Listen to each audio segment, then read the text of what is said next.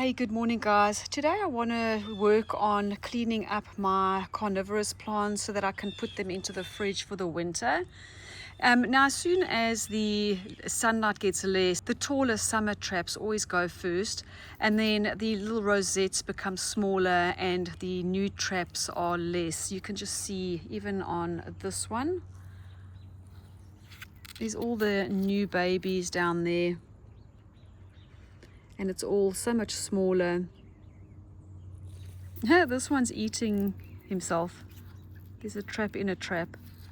And then others are still feeding. I've got one that's got a wasp in there. This one as well. Oh no, that was not a wasp. This one's feeding on, I don't even know what that was. So what I'm going to do is just take them out of the peat and perlite mix that I grow them in over the summer, and then just work on cleaning them up. So all the dead traps or anything that's off color needs to be removed, and it just needs to be very clean. I'm going to rinse the roots off in some rainwater. I've got some rainwater here.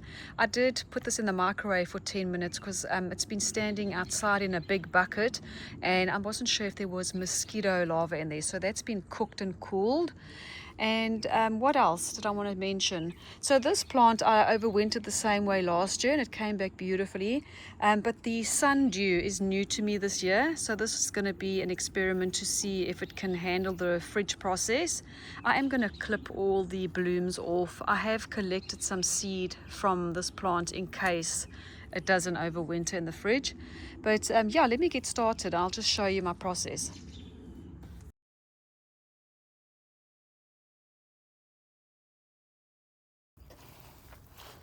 So let that soak a bit.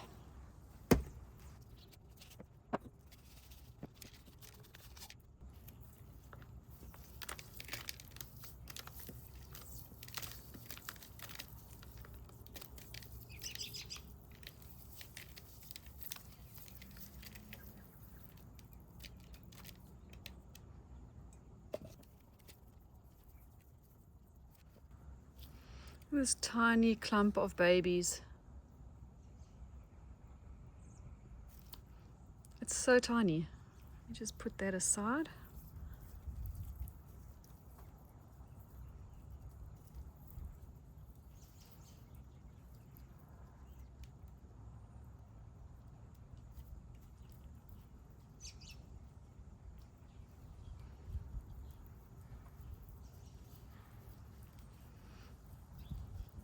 Okay, I'm going to go and get some more rainwater because I don't want to damage the roots while I try and get the soil off. I just want to dip it and sway it to get the sand off. This looks more like urine.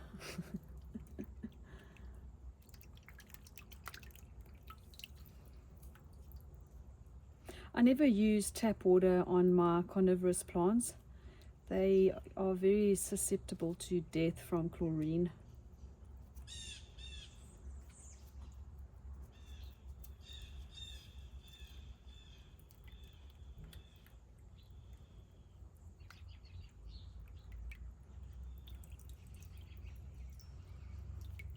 You can see they grow on like a rhizome. So this might have been the first plant, and then they kind of just keep going up right up until all this new growth. These all look like a bunch of little babies. I'm just going to try and get the black off.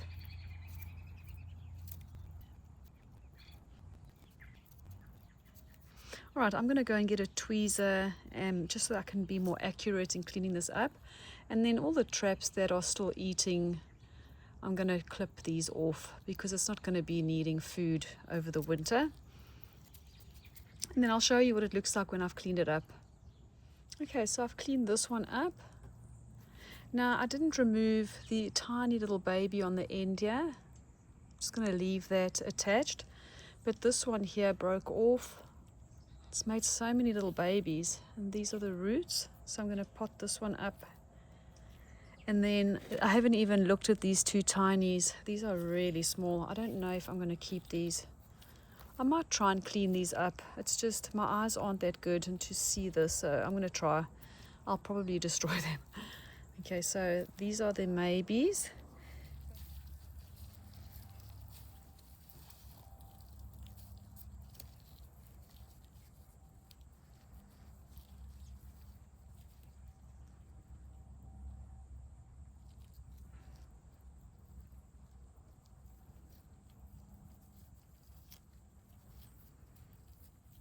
I'm going to tuck them in. It's almost like a little kokodama. It's so cute.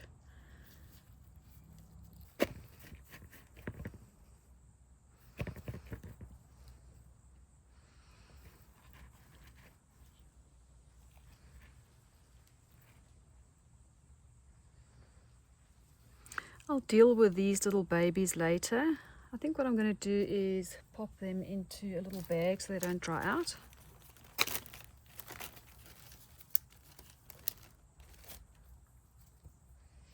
Okay, next, let me do this one. This one's also got a ton of little babies.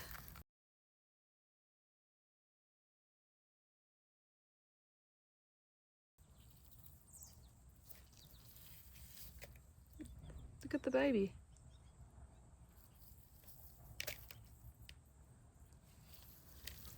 Oops.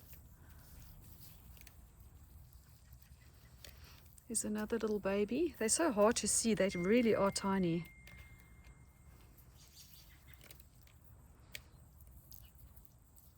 This is a whole baby offshoot. So cute.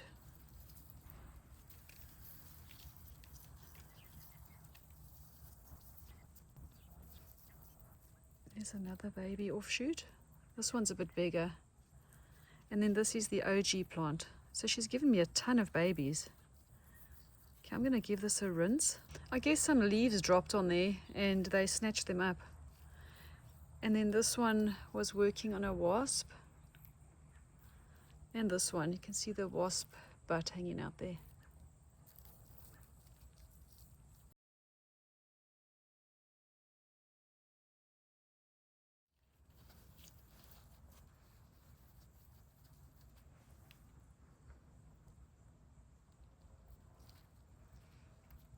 Trying to make sure all the roots are covered. And then you can come and live here next to your mama.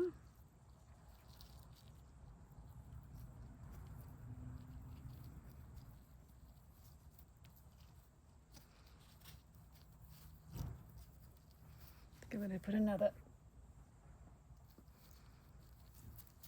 blob on there.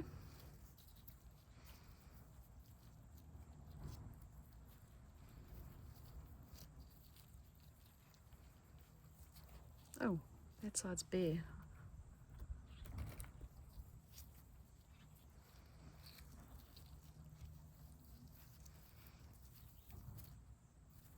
No, don't want to get soil in there. Oh, I should cut this one off. It's going off color.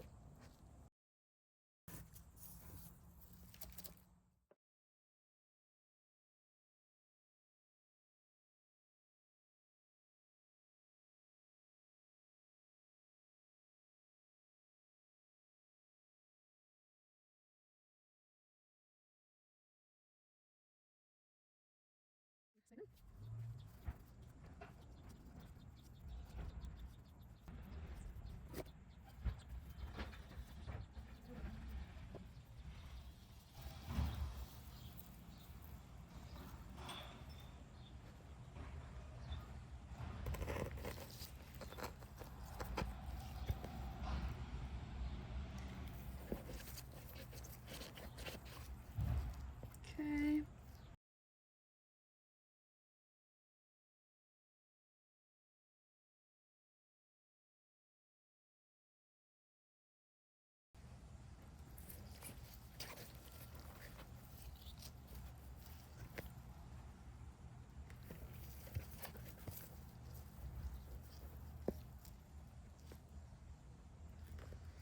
What's left? Okay, I've got oh wait, why am I taking that away?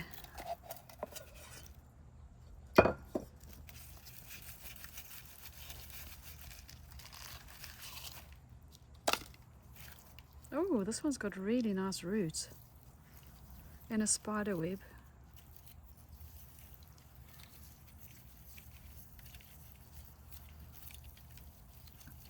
This one's easy, there's no dead on it. Now I read online that if the traps are open you should cut them off, but I didn't do that last year and it was fine. So I think I'm just not going to do it. And if I lose the plant, then I'll know to do it next time. Let me just rinse the soil off. There, so I've had this one for 2 years now and it's actually sized up. Okay, there's a broken trap. Let me clip this one off. Did I get it? Yeah. That one's got a hole in. I guess one of the insects fell in the hole and then tried to bite its way out. I'm just going to leave the trap as it is. The roots are so wiry. Such a healthy looking plant. This one doesn't make pups like the other one does. I bet you can separate this, like pull it apart, but I'm not going to do that now. See all the new little traps at the bottom here. I love these carnivorous plants, they're so interesting. Oh my gosh. Okay,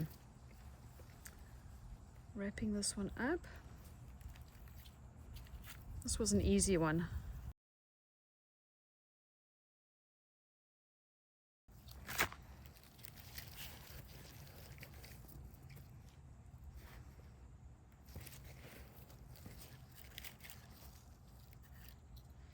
Hang on, now when I put the lid on, this guy's going to be a problem. Okay, I think this one's going into a bag.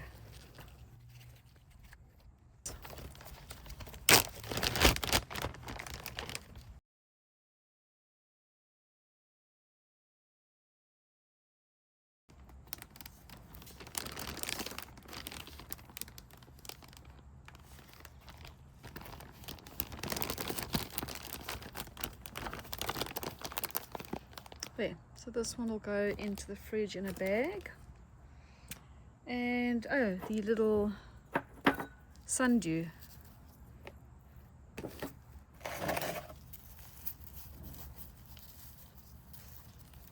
This one's made a ton of babies. Come on. Wow, look at the roots. They're all the way down. Oh, it's still in its plug. I think I'm going to try and remove that. It's actually pretty root bound. It's the first time I've ever seen that. Alright, this bag's got to come off.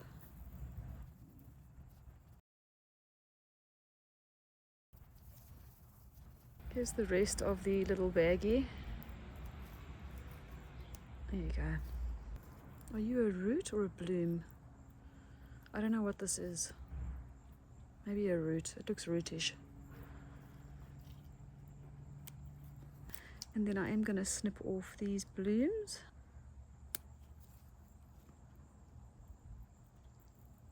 Such a thick stem. Alright, I think that's good enough. I'm sure I can bend these roots, right?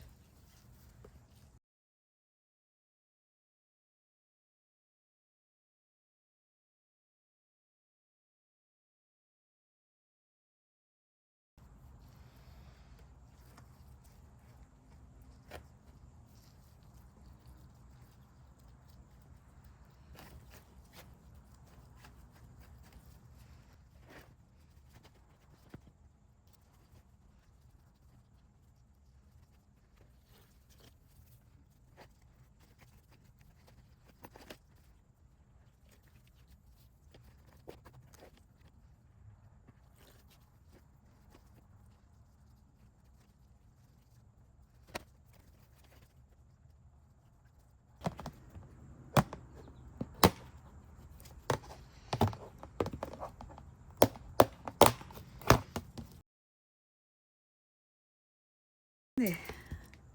Okay, so I've got some air holes. Cover that and pop that in the refrigerator.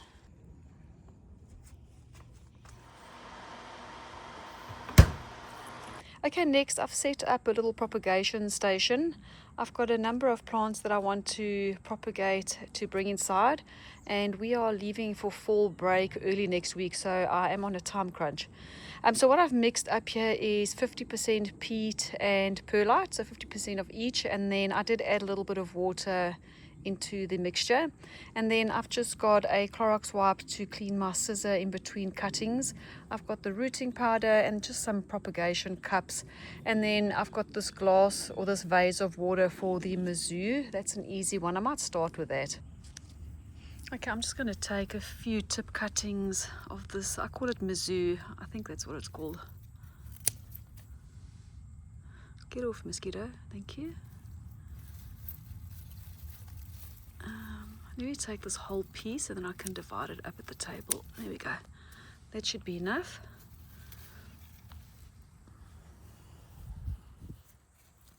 I'm just looking for bugs. I don't see anything. So I'm just going to remove these lower leaves.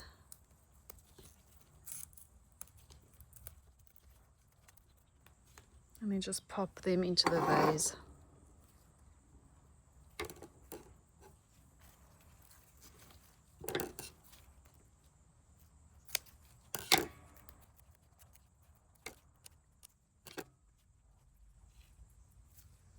I don't see pests.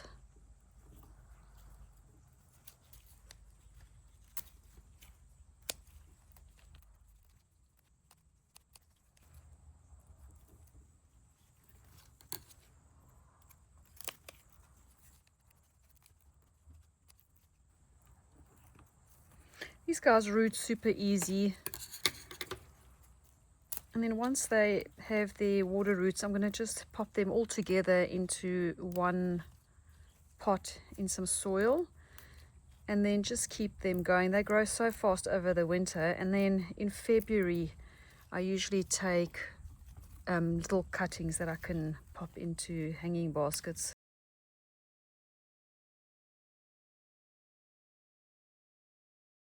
I do need to add a bit more water into the vase. I'll do that just now.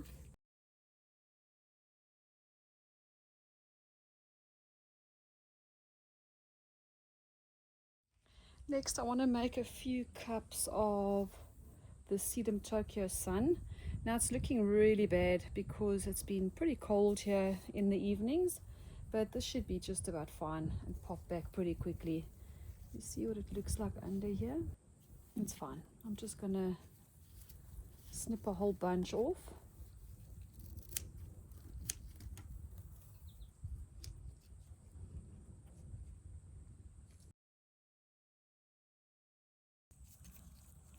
So I'm just going to group a bunch together.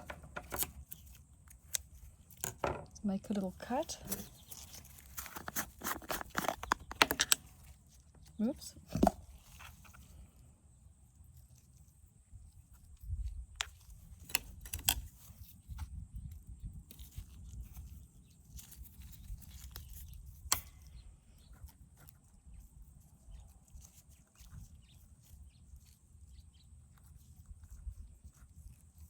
And just pop them in. Monday morning blues.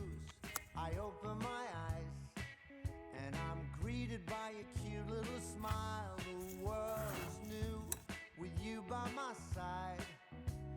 Everything is beautiful. Tuesday afternoon, I'm calling you home just to hear your voice on the phone. I definitely want to repeat the way I used the Sedum Tokyo Sun as a kind of a ground cover under a tree, like in a pot. It was absolutely beautiful in its prime. Okay, this one's done. I'm not going to water it right away because the peat moss is a little bit damp, but I am going to put a humidity dome over. Make sure the vent hole is closed, and then maybe in 5 days' time, I'll start giving this a little bit of water.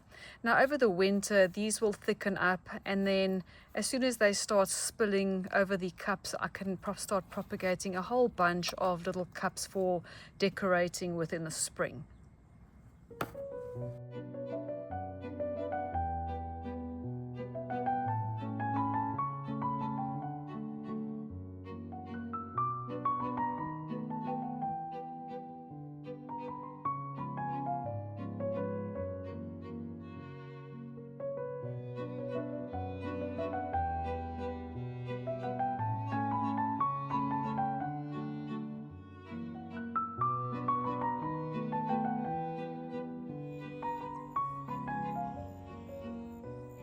Okay, the final cuttings I'm taking for today are of the chenille plant. Now I grew this hanging basket from cuttings, and they actually root so easily. I'm not sure how these will grow inside, and I'm just going to try. If they don't work, I can buy a small pot in the early spring and then just propagate a whole bunch. I'm trying to see a good candidate for cuttings. All of them are blooming right now. So I'm just going to have to take the young tip growth. So I'm going to try and take these cuttings while I'm holding the camera. I'm just going to snip long pieces off. This piece looks good.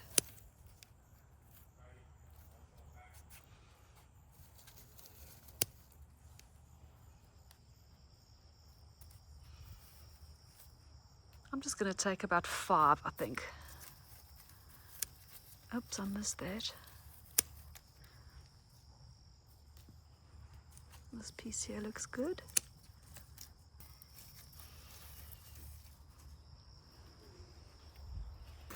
I'm going to root all of them in 1 cup.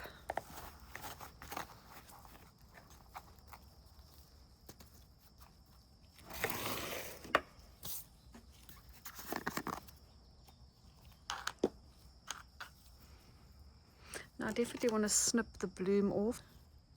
Look how cute this is. I'm going to take this whole tip off so that it doesn't keep blooming. There, I think that's going to be good. So I'm just keeping this 1 node, and then I've reduced the size of the leaves so that it doesn't focus on keeping the leaves alive. And then, yeah, so that's the first cutting.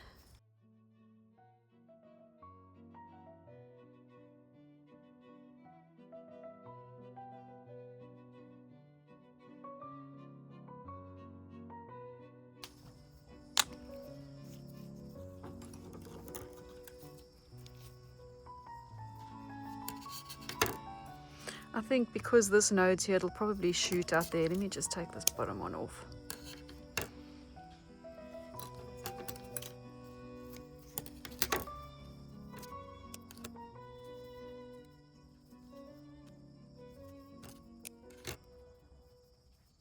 Okay, now I'm going to add water to the chenille plant. And the reason why I'm doing that is because it's not a succulent, whereas the Sedum Tokyo Sun is. So there is a lot of moisture in these leaves already, plus the soil is a little bit damp. You can see it's starting to fog up inside already.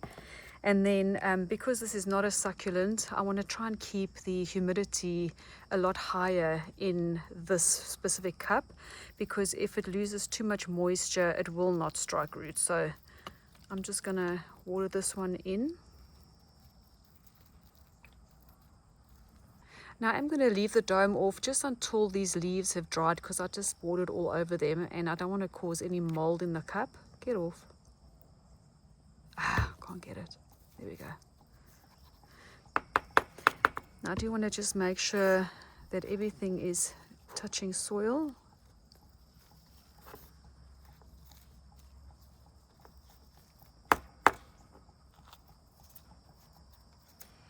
I might label this one, because once I start taking fuchsia cuttings, it's going to look very much like a fuchsia. Okay. Now, while I'm waiting for the leaf surface to dry, I'm going to quickly go and collect some of the Dichondra Emerald Falls seed. Okay, if you lift up the Dichondra, here you can see all the seed pods. Now, you don't want to harvest any that are green like that. They've got to be brown. You pick one off here.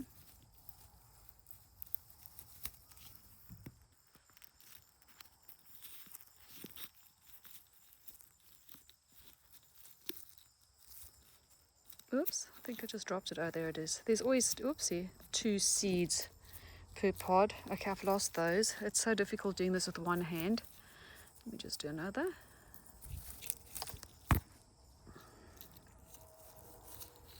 If you squish it, whoops, there's the one. I think the other one rolled off already. So I'm just going to, oh, there it is. I'm just going to go ahead and collect a couple of these pods and then just store them in a envelope. And then of course I am going to be collecting the seed from this Dichondra Silver Falls. I just want to wait a bit longer with this one. Last year I was forced to harvest early, and I had a very low germination because last year we had one of the hurricanes come through, so it kind of forced me to take the hanging basket down because it had completely ruined the top part of the basket.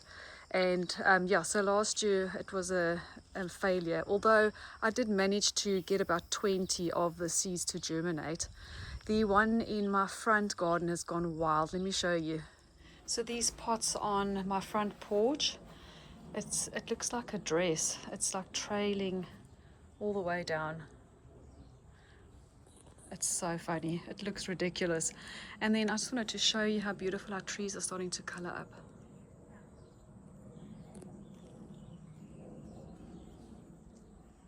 Okay, so I did pick just a few of the Dichondra Emerald Falls seed. I'll go get a few more later. And then this one, the leaf surfaces are dry, so I can close that up. Okay, so I'm just going to go and take all these cuttings down into the basement and just set them under lights. And then I'll show you guys, you know, when they start rooting in and how they grow over the winter and how I just propagate so many of the sedums. And then hopefully these roots, I'm excited to see if these are going to work out.